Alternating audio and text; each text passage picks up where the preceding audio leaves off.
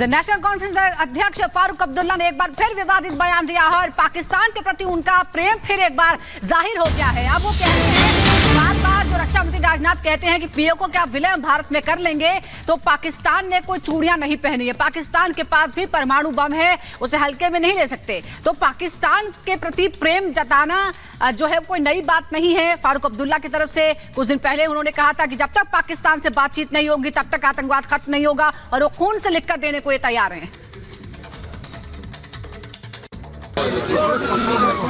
Defence minister कह रहे हैं तो करें, हम कौन से रोकने वाले हैं? हमें तो पहुंचेंगे नहीं। ये भी याद रखे वो भी चूड़ियां पहने हुए नहीं है, ये याद रखिएगा। उनके पास भी एटम बम है, ये याद रखिएगा। और अफसोस यह है कि वो एटम बम हमारे पर ही गिरेगा, हमारे सिपाही जो है शहीद हो। और ये कहते थे, बार बार ये कहते थे कि जिम्मेवार 370 है जो यहाँ आतंकवाद है। आज आतंकवाद नहीं है, वो 370 नहीं है। आतंकवाद है या नहीं है, इसका जवाब आप होम मिनिस्टर से पूछिए। आपको बता दें, सीएम योगी आदित्यनाथ का फारूक अब्दुल्ला पर पलटवार। कहा पाकिस्तान की भाषा बोल रहे हैं फारूक अब्दुल्ला। सीएम योगी आदित्यनाथ ने फारूक अब्दुल्ला पर निशाना साधा है, पलटवार किया है। फारूक अब्दुल्ला जिन्होंने पाकिस्तान को लेकर ये बयान दिया, उन्होंने कहा कि पीओके के पाकिस्तान ने पीओके के मसले पर दरअसल वो बोल रहे थे, उन्होंने कहा था कि पाकिस्तान ने चूड़ियां नहीं पहन रखी, जिस पर सीएम योगी आदित्यनाथ ने क्या कुछ कहा, ये सुनवाते हैं। अपने राजनीतिक स्वार्थों के लिए राष्ट्रीय सुरक्षा को, राष्ट्रीय अखंडता को अपूर्णीय क्षति लोग पहुंचा रहे हैं। इनके बयान आतंकवाद को प्रश्रय देने वाले, राष्ट्रीय सुरक्षा के साथ खिलवाड़ करने वाले, भारत के बहादुर जवानों की शहादत को अपमानित करने वाले हैं। चुनाव के दौरान या उसके आगे पीछे भी इस प्रकार के बयान देशद्रोही तत्वों के दुस्साहस को बढ़ाता है। अब जिनकी पैरों के नीचे की जमीन खिसक चुकी है, वे लोग हताशा निराशा में इस प्रकार के बयान दे रहे हैं, जिससे कंगाल पाकिस्तान भी इन बयानों से खुश होता है। और इस बीच एक और बड़ी खबर आपको बता दें, और बड़ी खबर पंजाब के पूर्व सीएम चन्नी की तरफ से विवादित बयान दिया गया। उन्होंने कहा कि पुंछ हमला स्टंट है, पुंछ हमले को स्टंट बता रहे हैं पंजाब के पूर्व सीएम चन्नी। विवादित बयान देते हुए उन्होंने कहा कि चुनाव आते हैं तो इस तरह के स्टंट होते हैं, ये बीजेपी को जिताने का संविधान, ये कह रहे हैं चन्नी। पंजाब के पूर्व सीएम है चन्नी जिन्होंने ये विवादित बयान दिया। चन्नी ने पुंछ आतंकी हमले को स्टंट बताया और ये कहा कि चुनाव आते हैं तो इस तरह के स्टंट होते हैं, ये बीजेपी को जिताने का संविधान है। तो आपको बता दें, पुंछ हमला जिसमें हमारे जवान शहीद हो गए। अब आप सोचिए किस तरीके का बेहुदा बयान पंजाब के पूर्व सीएम चन्नी की तरफ से दिया गया है, जो पुंछ हमले को चुनावी स्टंट बता रहे हैं। साथ ही ये भी कह रहे हैं कि चुनाव आते हैं तो इस तरह के स्टंट होते हैं, ये बीजेपी को जिताने का संविधान, ये कह रहे हैं पूर्व सीएम चन्नी।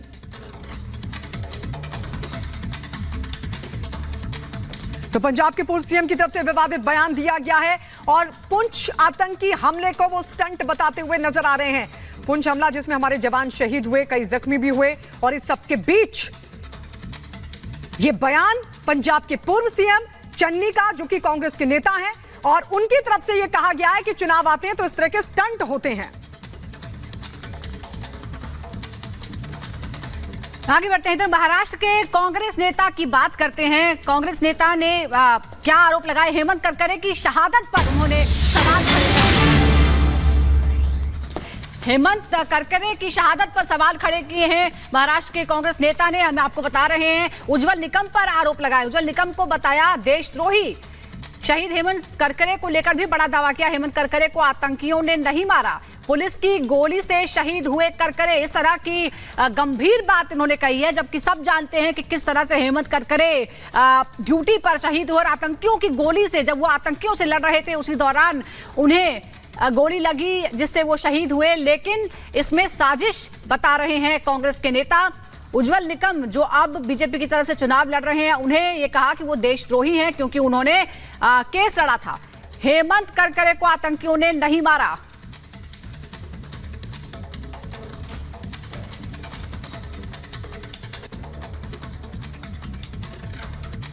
तो महाराष्ट्र के कांग्रेस के नेता ने बड़ा आरोप लगाया है उज्जवल निकम पर, गंभीर आरोप लगाए और ये कहा कि उज्जवल निकम देशद्रोही है। शहीद हेमंत करकरे को लेकर भी बड़ा दावा कहा। हेमंत करकरे को आतंकियों ने नहीं मारा, पुलिस की गोली से शहीद हुए हेमंत करकरे। आप सोचिए, जहां एक तरफ पंजाब के पूर्व सीएम चन्नी विवादित बयान दे रहे हैं पुंछ हमले को, वो कह रहे हैं कि ये चुनावी स्टंट है, तो वहीं दूसरी तरफ कांग्रेस के नेता ने यहां महाराष्ट्र को लेकर भी बड़ा बयान दिया। कहा कि हेमंत करकरे आतंकियों ने नहीं मारा बल्कि पुलिस की गोली से शहीद हुए।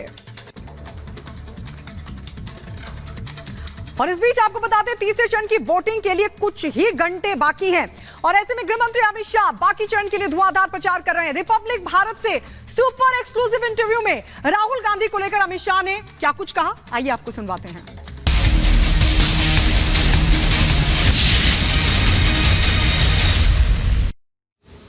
चुनाव तो हारे ही, फिर भी अभी भी तो कह रहे हैं कि कास्ट का एक्सरे करेंगे, एक्सरे करेंगे, कितने लोग कितने पिछड़े हैं। वो कहने की कोशिश ये कर रहे हैं कि मैं ज्यादा सोचता हूं पिछड़ों के लिए, बीजेपी नहीं सोचती। ऐसा है, राहुल गांधी जी को कम से कम मैं तो नहीं समझ पाता, इसलिए मैं निरर्थक प्रयास करने में अपना टाइम वेस्ट नहीं करता।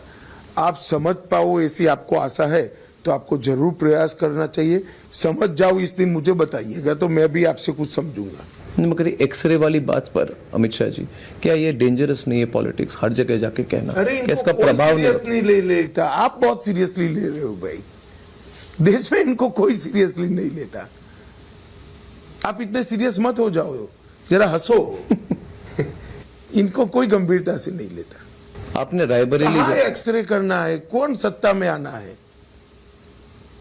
दूर दूर तक पॉसिबिलिटी नहीं है। अब इनकी जो सोच है, मैं उस पर आपकी राय मांग रहा हूं। इनकी सोच है कि देखिए, बीजेपी को 273 की जरूरत है, हमें 273 की जरूरत नहीं है, हमें 80-100 किसी तरह से मिल जाए। उसके बाद anti Modi, anti BJP sentiment इतनी जोर पकड़ चुकी है और इतने लोग ये मानते हैं कि अगर मोदी जी तीसरी बार आ जाए तो उनका रहना मुश्किल हो जाएगा, कि सारे पार्टीज हमारे साथ आ जाएंगी। हमें 273 की जरूरत नहीं है, किसी तरह से खिचड़ी सरकार बना सकते हैं।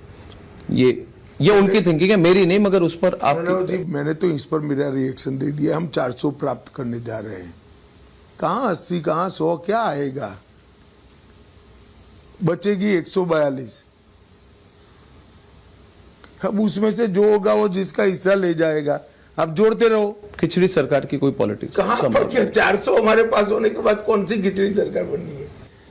देश की जनता अब स्थिर सरकार चाहती है, अड़िग नेतृत्व चाहती है और संवेदनशील नेतृत्व चाहती है। ये तीन में से कुछ वो नहीं दे सकते। आप इतने बड़े पत्रकार हो, हर पार्टी के नेताओं का इंटरव्यू, उनको जरा अपने नेता का नाम तो पूछिए। इनके एक नेता ने बता दिया हम बारी बारी एक साल बनेंगे। ये परचूरण की दुकान है क्या देश? ऐसे देश नहीं चलता भाई। इस देश को एक अनुभवी, मंजाउआ, संवेदनशील और अड़िग नेतृत्व चाहिए, जो आज के राजनीतिक परिदृश्य में तो नरेंद्र मोदी जी ही दिखाई पड़ते हैं। इसका और कोई ऑप्शन नहीं है।